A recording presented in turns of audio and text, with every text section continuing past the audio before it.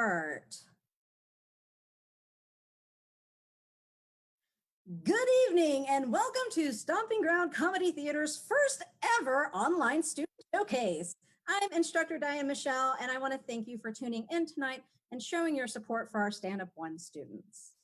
For the past 7 weeks, these 7 students have spent their time creating their own material and building up to a 6-minute set, which they will each be showcasing tonight. We were only able to hold 1 class in person before all of this weirdness started happening. To adjust our whole mindset and figure out how to make this work in our own homes. And somehow we figured it out. Stand-up comedy is one person in the spotlight. They are by themselves, being very vulnerable and sharing a part of themselves with the rest of the world. It is such a brave thing they are doing, and I am so proud of them. Now remember, while it's awesome that you get to see this show from the comfort of your own home, it is definitely not rated G. So for those of you who have little ones or conservative grandparents running around, tread lightly. And since the performers won't be able to hear your uproarious laughter, be sure to give this post a like or laugh emoji and drop a comment so the performers can feel your love. Okay, that's enough talking from me. Y'all are some lucky folks about to laugh your patooties off. Our first performer of the night is one of the best first-time comics I've ever seen. And I'm not just saying that because she's my roommate. Take it away, JC Hood. Thank you. It's true. I am JC Hood and I am her roommate. But the crazy thing is I didn't realize that I needed a roommate until I was 32 and I'm 33. But in my defense, I also didn't realize that I could pull off a jumpsuit until 30, and have you seen me? Yeah, it turns out being curvy is actually a great body shape for pulling off the fashion equivalent of a sexy adult onesie. And if you too would like the secret to this sweet bod, it's called not taking the stairs. Don't get me wrong, I understand the importance of keeping your body moving and exercising, but I will never understand the people who make it their entire life. If I wanted to be sore and sweaty 24/7, I'd do that in a bedroom. Now, recently on social media, I've seen these Fitspo people using this hashtag never miss a day. And I'm like, what is that hashtag never miss a day? God even rested on the weekend. Are you trying to say you're better than God? Yeah, but recently I realized that when you get this buff of them together, that's what you call a group of them, a buff. Well, that's actually what I call a group of them because I looked it up and there is no word for it, so I had to make up one because that's the kind of person I am. So when you get this buff together, they're going to do 2 things. One, they're going to trade nutrition tips, like how many eggs they can eat before they crack. And they are going to brag about how many workouts they can do. I twisted my ankle last week and I still powered through an upper body row class. Hashtag never miss a day.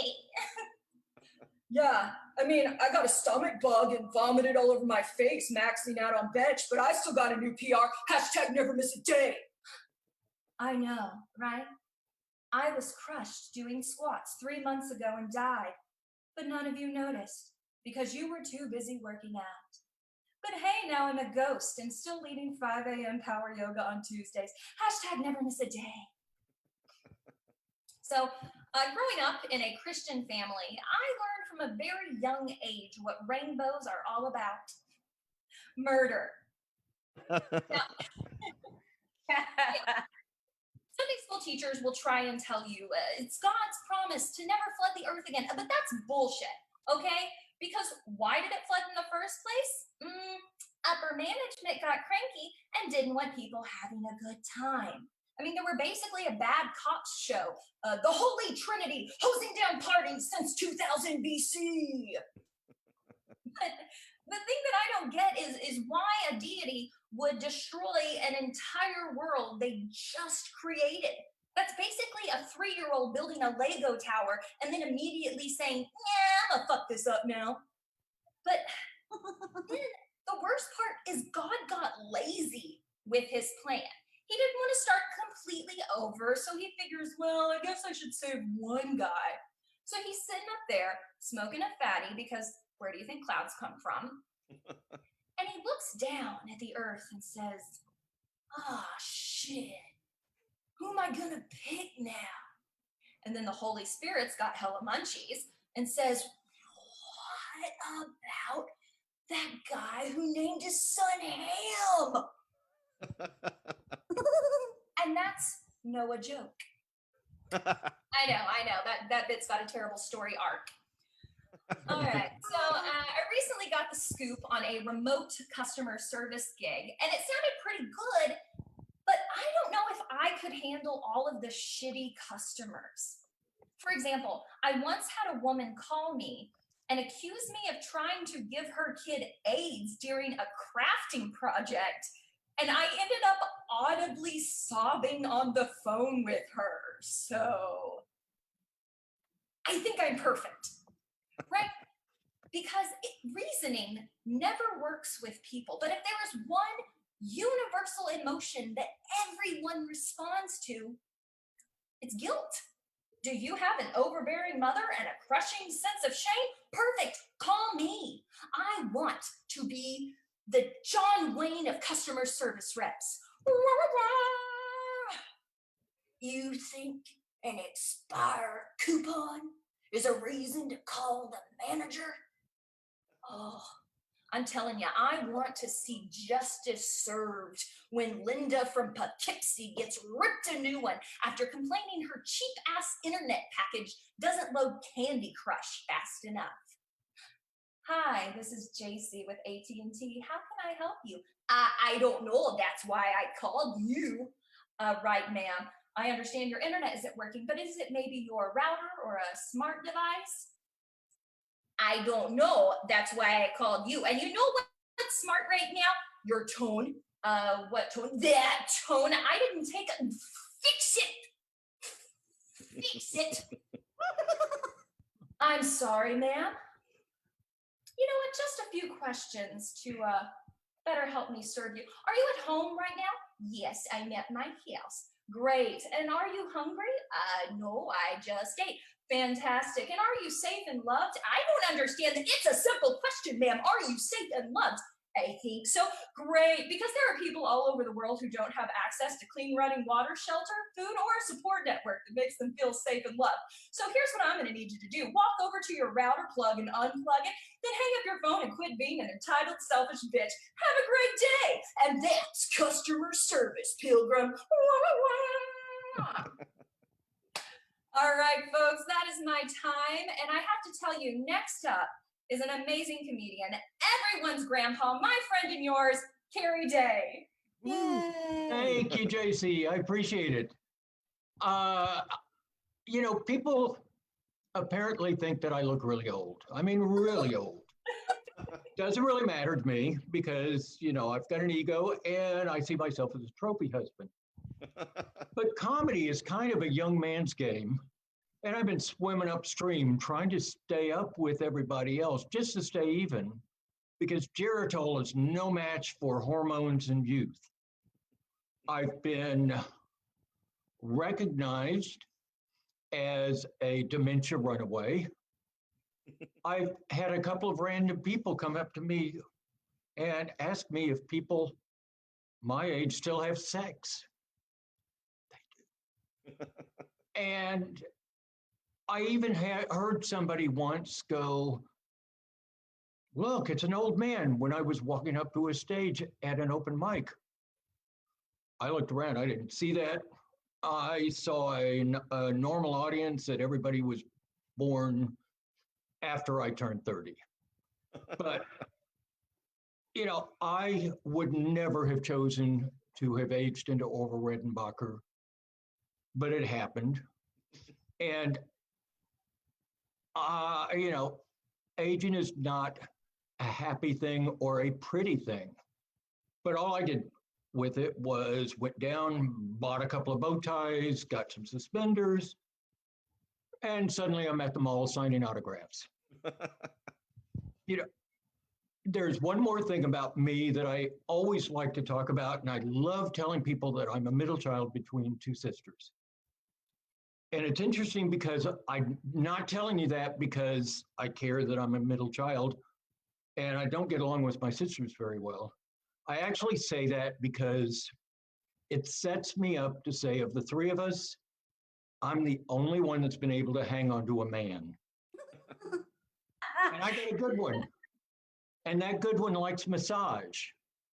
And I don't. You know, I don't like massages.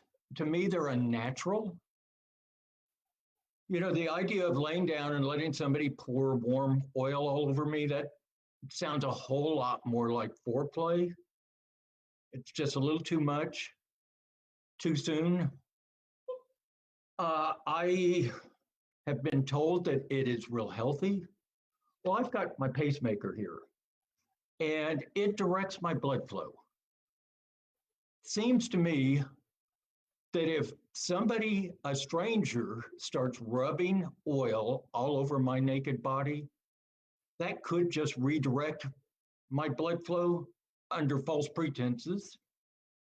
And that seems like it could be dangerous. So I don't want to do that. To me, it's just massage is a trip without a destination. It's like I go out to DFW. I get on a plane. The captain comes on, said, "Hey, this is Captain Day. Just want to welcome you on board and tell you to relax. Your attendant will take good care of you and we'll be leaving in just a few minutes." And so I sit back with my seat straight up, of course, and we take off slowly. Then we hit the main runway and then we start taxiing faster and faster and faster and faster. And then suddenly we decelerate very quickly and stop before the end of the runway. The captain comes back on. "Thank you, ladies and gentlemen, and I hope you enjoyed the journey. We will be back at the gate in just a few minutes." To me, that is a massage. You know, there is an activity that I enjoy that most of you are familiar with. It's called motorboating. And just in case there are any of you out there that don't know what it is, it takes two people. It's very simple. It takes two people. There's a captain and a passenger. The captain gently spreads the breasts of the passenger, puts his head in that evacuated space, and then shakes his head back and forth vigorously, like. I first learned about this activity when I was in the Air Force. It sounded fun. It sounded like something that I wanted to do. And over my husband's objections, I put it on my bucket list. Well, over the years, I've been looking for this passenger. And about 10 years ago, I met a really nice butch, tobacco chewing security guard at a big box hardware store. And we became friends. And one time I was up at the store and I was talking to her and I told her about my search for a passenger. And there was a pause. And then she said, "Let's do it," and headed off. Well, years of bravado transformed into panic when I realized that she really wanted to do this. And so I went chasing after her. And she went out into the parking lot, went straight into one of those garden sheds they have on display. And when she said she was ready, we went to town. And we voyaged farther than I expected to on my first trip. We saw more sights, but it was time to come back. When we docked and I pulled out my handy wipe to return her breasts to her in the same condition that I got them, which was pristine, I felt like maybe there had been some spray when we were out on open water because my hair felt kind of damp. And as I reached up to investigate, the lady says, "I am so sorry, but no worries, it's just a little tobacco juice I dripped out of my mouth." And it was still exhilarating, but from now on, the rules are no food, drink, or tobacco products in your mouth once the motor starts revving up. Well, that's the end of my time. And I want to pass on to a very funny lady. She's just north of Dallas, and her name is Candace. Please give her a big round. Woohoo! Hey, thanks, Gary. So I was born and raised in Egypt. I moved to the US 7 years ago to pursue my dream of not living in Egypt. I know nothing about Egyptian history. Like literally, I have to Google a lot of things. And I hate it when I tell people I'm Egyptian and they immediately think that I am their personal search engine to whatever topic they're too lazy to look up themselves. Like I know nothing. I'm basically an American in an Egyptian way. Like this one person is like, oh my God, you're Egyptian? Have you been inside the pyramids? Have you seen mummies? Have you been inside the tombs? I'm like, no. They're like Walgreens to me. Except they don't give you as long a receipt and you don't walk away with that satisfying shopping experience. Or that one lady, when I told her what my name was, she asked me, where's that name from? Which is another way of saying, where the hell are you from? I told her from Egypt, and then she asked me, what part of Texas is that? I'm like, the African part? And then she proceeds to say, oh, but you don't have an Arab accent. I was like, great, well, you don't look racist either. We're both subverting expectations. Or some of this culturally insensitive comments like, do your people fast in Ramadan? I'm like, first off, did you say Ramadan? Nobody dies. That's not how we thin out the herd, you know? We'll let politics and religion take care of that problem. And second off, it's called Ramadou. I know because I Googled it because I got up here before I got up. And no, we don't let people die. And they asked me, so what's the difference? I'm like, fucking Google it, you lazy ass. So what's cool about not having been born here is that people don't know what to expect. All I have to do is thicken my accent and you can watch people's expectations drop immediately.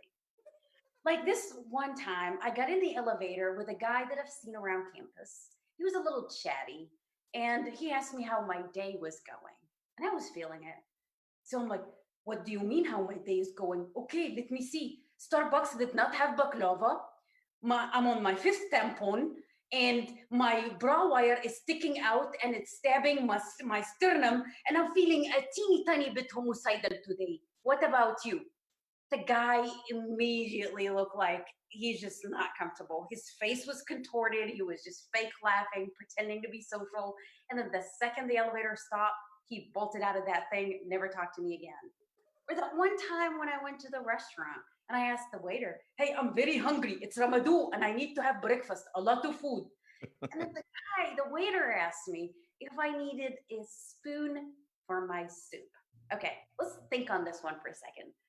A spoon for my soup. No, you know what? Just pour it down the corner. I'll lap it up. Or you know what? Give me a fucking straw. I'll drink it with a straw. Like for real, like that question probably went through several logic gates in his brain. And it's just, all right. And I like to fuck with people too. So is masturbating at a cemetery an Egyptian tradition to show respect to the dead? Of course not. But all my friends think it is. America, you've got to wash your ass. America, you have to wash your ass. You wash your hands after you eat, you wash your ass after you go. You know what I'm talking about? Bidets. For those of you who don't know what a bidet is, it's that hose by the toilet. It's not for you to drink from. It's for you to rinse out your dingleberries. It's just, it boggles my mind. People are killing each other at toilet paper aisles when they should be fighting over garden hoses and super soakers. I mean, people, if you're guys, okay, so if you're not gonna use bidets, then stop fucking wearing your tidy whities. Nobody wants to see your shit. Literally, nobody. Imagine this. Bidets get introduced to America and Jim Bob sitting there on the ranch talking to Jody Wayne David about how great the bidet is. You're darn tootin', Jim. That bidet thing is the greatest thing since the Alamo. It sounded communist to me, if you ask me, but it made me see Jesus, and I need no damn toilet paper no more. You know what? When the bidet hits America, water parks are going to be more popular than they are, less popular than they are now. All right, that's my time, everybody. Please keep the laughter train going and help me welcome up our next comic. He is from Spain in search of English acting opportunities. Good luck if you get any. Please give it up for the motherfucker Carlos. Thank you, Miss Perfect Accent Person. By the way, your Egyptian accent sucks. Good evening, everyone. Thank you for being here tonight. My name is Carlos. Carlos. I'm from Spain. Please don't leave. I'm not here to kill you or convert anybody. I swear to God, I'm Christopher Columbus. I hate it when people judge other people based on what their ancestors did wrong. Spain has changed, ¿vale? We're different. Spain now means sunny beaches, Rosalía, los toros. Yeah. Ole. Ole. Stay with the beaches. I fast. Sometimes it is better to let it go. Well, not today, because you owe me. Did you know that the first Europeans that arrived to Texas back in the 16th century were from Spain? No? Well, write that down. Now. Hey, you. Yes, I know you are not writing. I'm a full-time actor in Dallas. 90% of my time is teaching. Let me grab my drink. For our ancestors. Yes, our ancestors. Los vaqueros españoles. You. And you for sure. Look at those hairs everywhere. Where did you really think we're coming from? Winston Churchill? You come from me. I bet you didn't know that. I don't see anybody writing. Huh. Come on, we're family. Show respect, joder. By the way, joder means the fuck word. Write that down too if you want. Okay. Your social study class is over. What are you supposed to say? Thank you. You're welcome. Finally, I can take off of this shit. Respect. I think I mentioned it before. That word means nothing in regards of punctuality here in Dallas, because nobody cares about being late anymore. Me either. Mira, look, when you are in a hurry in Dallas, all that can go wrong always goes wrong. It's just me, or the gas tank is always empty when I most need it. Okay. That only takes about 5 minutes, right? But not when I'm running late. When I'm running late, the pound will be slower than trying to declare the state of alarm. It's just the flu. It'll pass. Idiot. When I'm running late, also the paper for the receipt runs out. Normal people let that go, but pre-rehearsals actors, we go inside. No miles, no deductions. No deductions. Your wife asking, what the hell are you doing with your life, man? These running late situations also can create unnecessary and pleasant moments with your loved ones. Like with City last week. There's a crash on 75. It is 10 minutes slower than usual. Seriously, dude? My name is Siri, and I'm a girl. I'll call you whatever the fuck I want. Well, you know what? Now she calls herself whatever the fuck I want. And I don't know how to change it, that, bro. I think she's grounding me. There's no need, believe me. Being in a hurry in Dallas sucks, I know. That's why I don't care anymore. I don't care to get late. Every person does that at some point. Why? Have you seen the traffic in Dallas? That's crazy, man. People hate it, but I love the traffic in Dallas. Party in the room. What a better way to delay your family duties, eh? Getting home with the dinner ready and homework already done sounds like a plan, eh, motherfuckers? For your record, I have no kids, but just saying. My aspiring singers, what a more convenient place to prove your singing than in a car. Yeah, nobody will judge you or limit you or call the police. You can sing whatever you want. Yes, whatever. Justin Bieber, Taylor Swift, Gregorian chants. Who sings Gregorian chants, right? I do. I know it's weird, but it's just in the car. Okay, my couch potatoes. Have you tried YouTube? I did. You can do it. Just careful with the motherfucker Conan O'Brien. Last week, one of his jokes made me cross over 4 lanes. Thank you for your time. Now approaching the stage, hailing from parts unknown, he is the 14th wonder of the world, Zach Phillips. Hi, thank you, everybody. Yes, my name is Zach Phillips, and if you're like me, you will not remember that name. Terrible with them. So, don't worry, I've got you taken care of. You can use this handy mnemonic device to remember. See, my first name, Zach, starts with the last letter of the alphabet, and my last name, Phillips. See, you're done. It's that simple.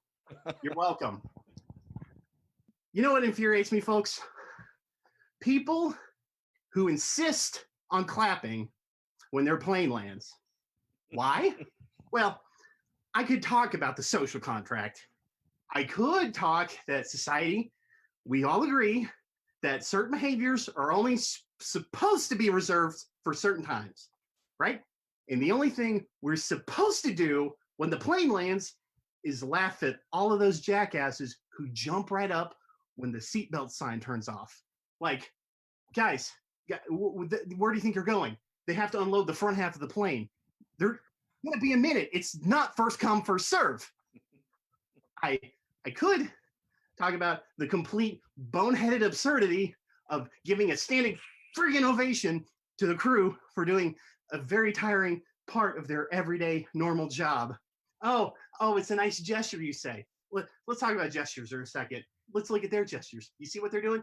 They're doing this, and then they're doing this, because they can't do this. The only thing they want to see you do is get the hell off the plane, buddy. But you want to know what it boils down to, honestly? I just spent 2.5 hours gripped with silent terror in a pressurized death tube 36,000 feet in the air.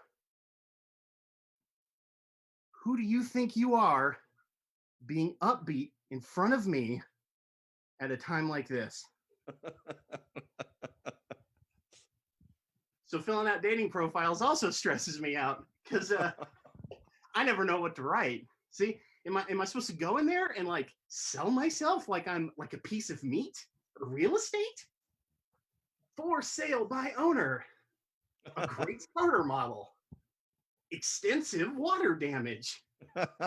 Like, should I be more honest and open with my potential partner? You know, like list my faults, my shortcomings, try to clue them in on what it's like to truly be with me.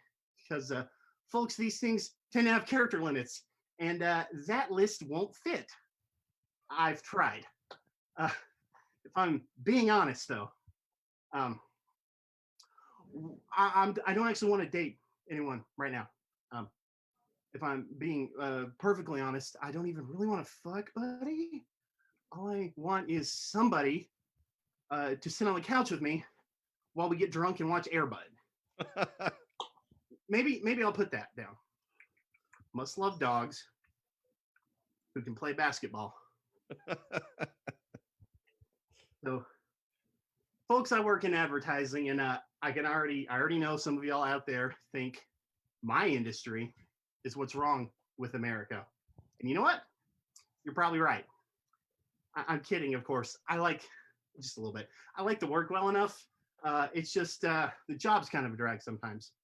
Mostly because my coworkers use the absolute stupidest buzzwords you've ever heard in your friggin' life. They've created this own language that they use. This secret tongue like there's some kind of secret society. It's utter madness, and I refuse to participate. Do we have a solve for this client's ask? We need to elevate our creative ideation.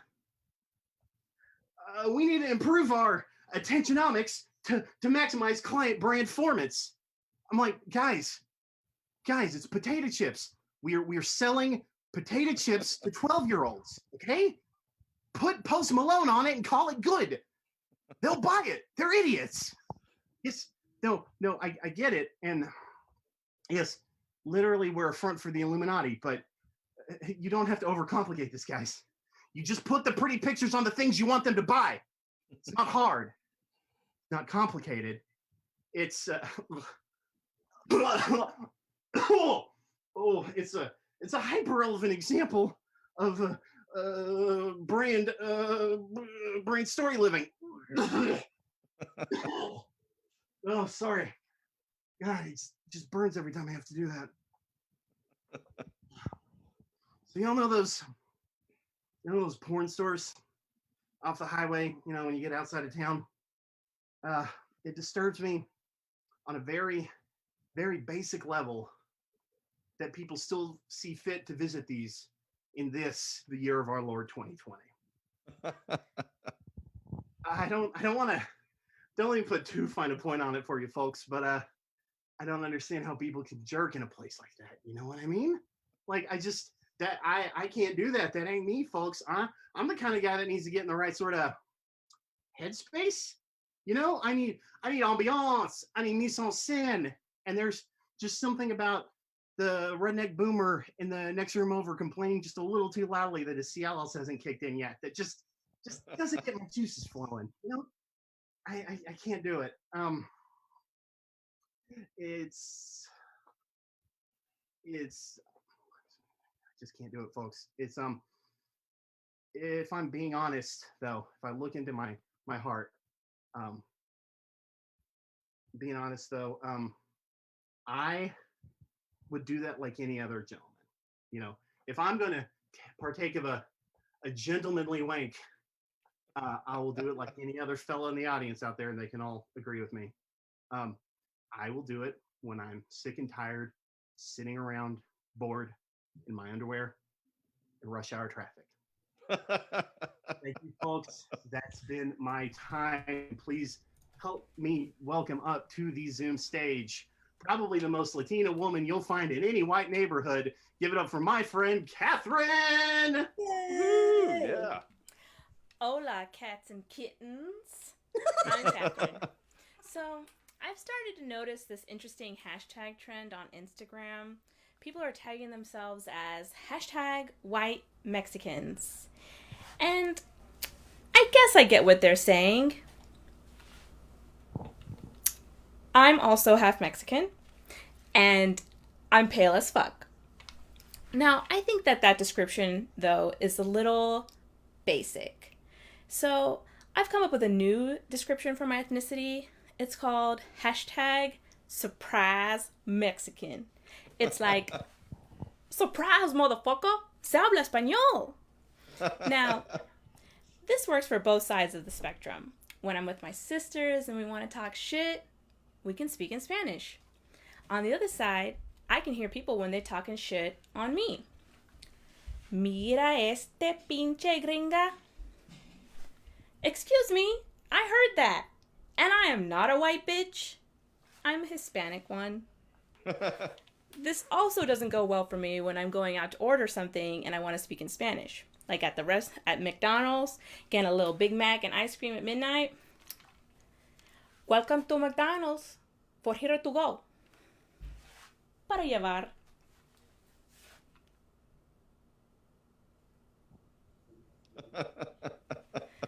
The whole process just gets so messed up because this is how pale and pasty looking I am. I guess I have my mom's genetics to thank for that. Another instance of Mexicans losing out to white people.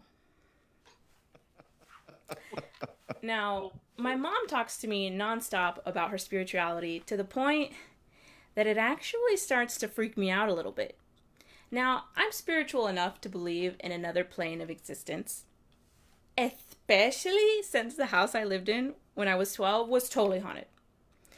And it didn't help that she talked to the ghosts in that house, too. Now, her latest kick is to talk about spirits attached to people. Does she mean like emotional hauntings? And that there are different types of spirits, a spirit of anger, a spirit of mockery, and that only by the blood of Jesus can we be saved from these spirits. But that just totally starts me freaking out. Like, are there spirits in this house too? I can't handle living in another haunted house.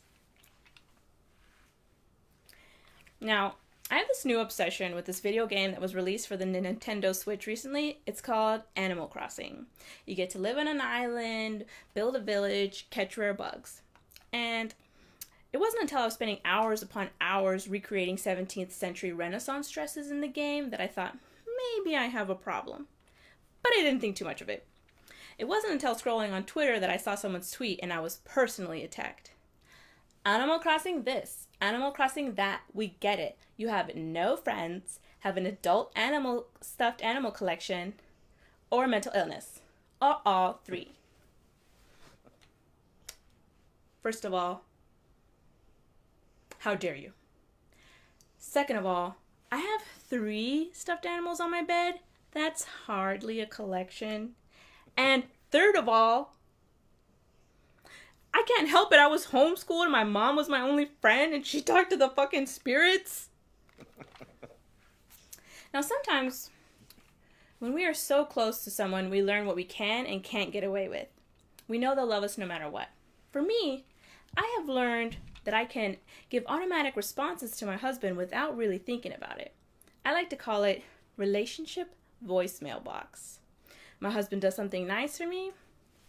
Hi, you've reached the voicemail box of Kathy. I love you. Thank you for doing the dishes tonight. But this can go terribly wrong when you really need to be paying attention. And I found myself approving things I would never be cool with. Hey, honey, that house that's haunted up on the road's for sale again. Hi, you've reached the voicemail box of your loving wife, Catherine. You should go for it, babe. Wait a minute. Did he just say haunted?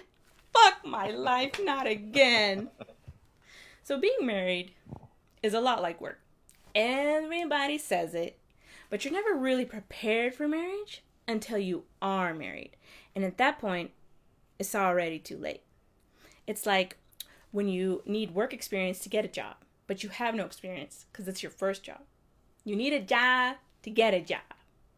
So I guess for our second marriages, we'll know better.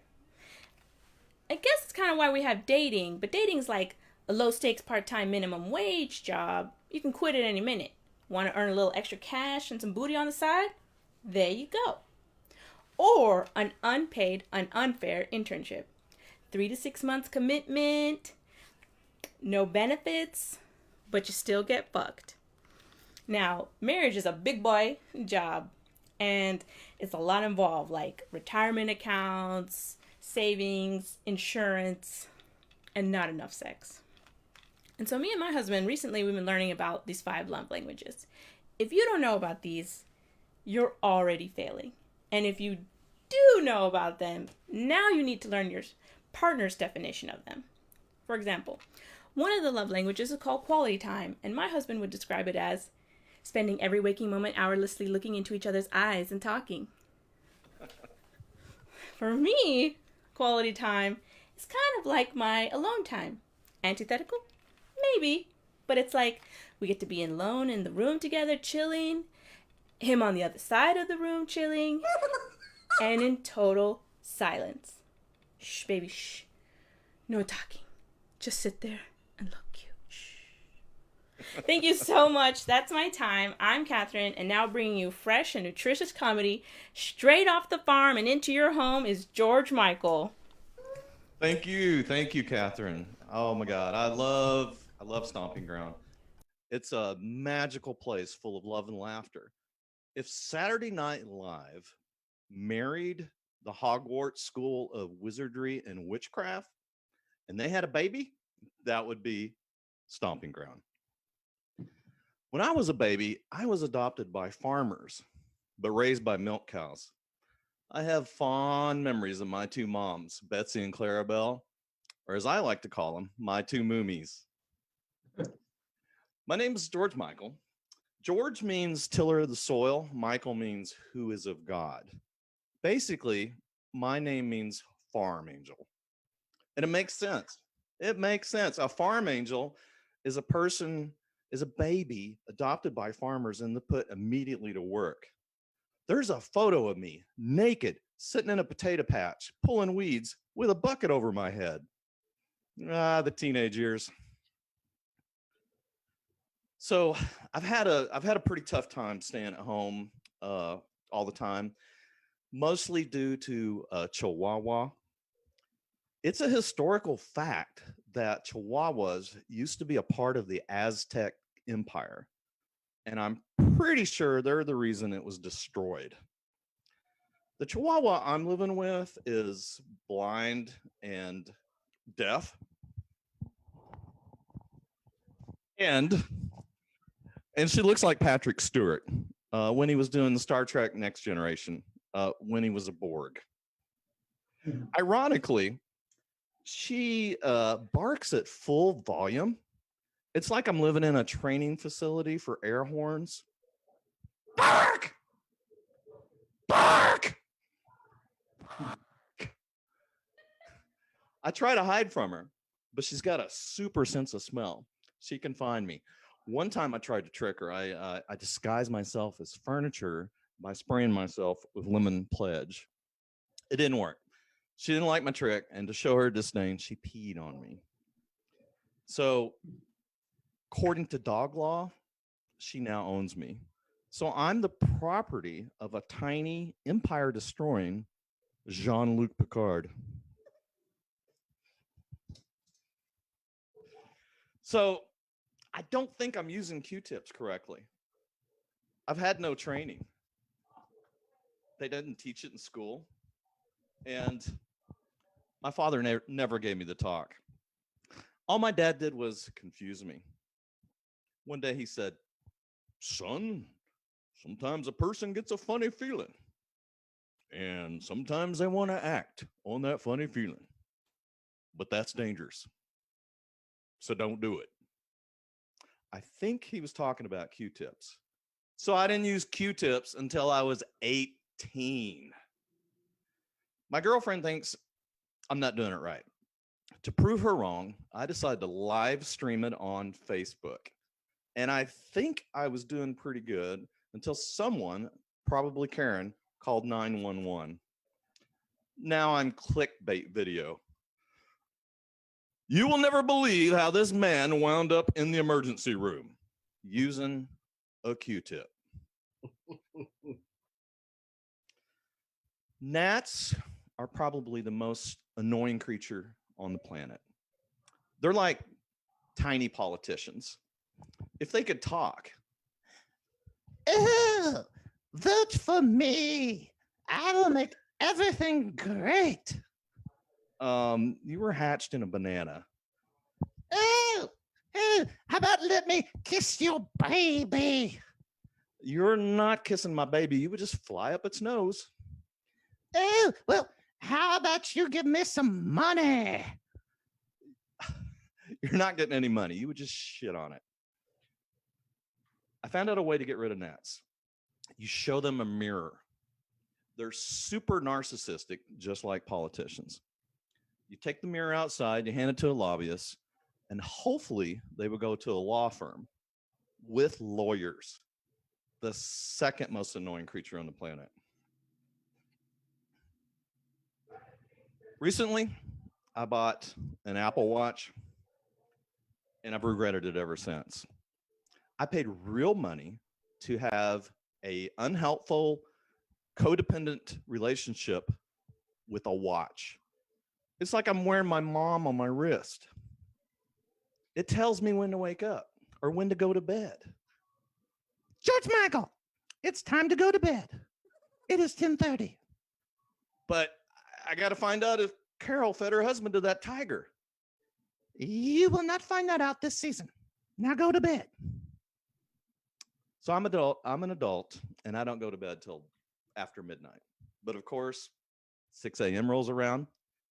George Michael, it is time for you to get up. Oh, God, no.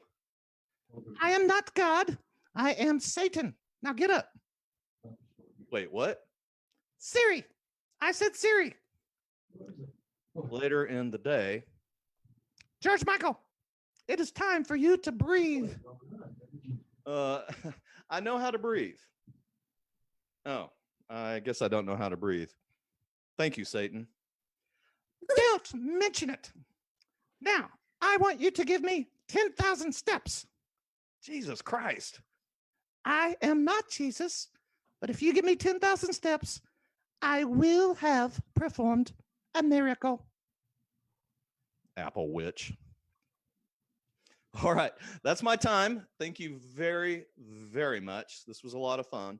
Now I want to welcome back our host, our most excellent, beloved teacher, Diane Michelle. Thank you, George Michael. We did it.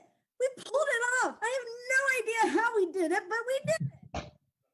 That is our showcase. I think we can all agree that it was very entertaining and educational. Thank you guys so much for tuning in tonight. We really appreciate it. We've been working very hard the past 7 weeks to get this showcase going on. Thank you to Stomping Ground for making this possible. Online streaming, what is that even? I don't know about you guys. I'm going to stay dressed up, put 4 beers in like every room of my apartment, and go bar hopping. And you guys do the same. My name is Diane Michelle. Have a lovely evening and good night.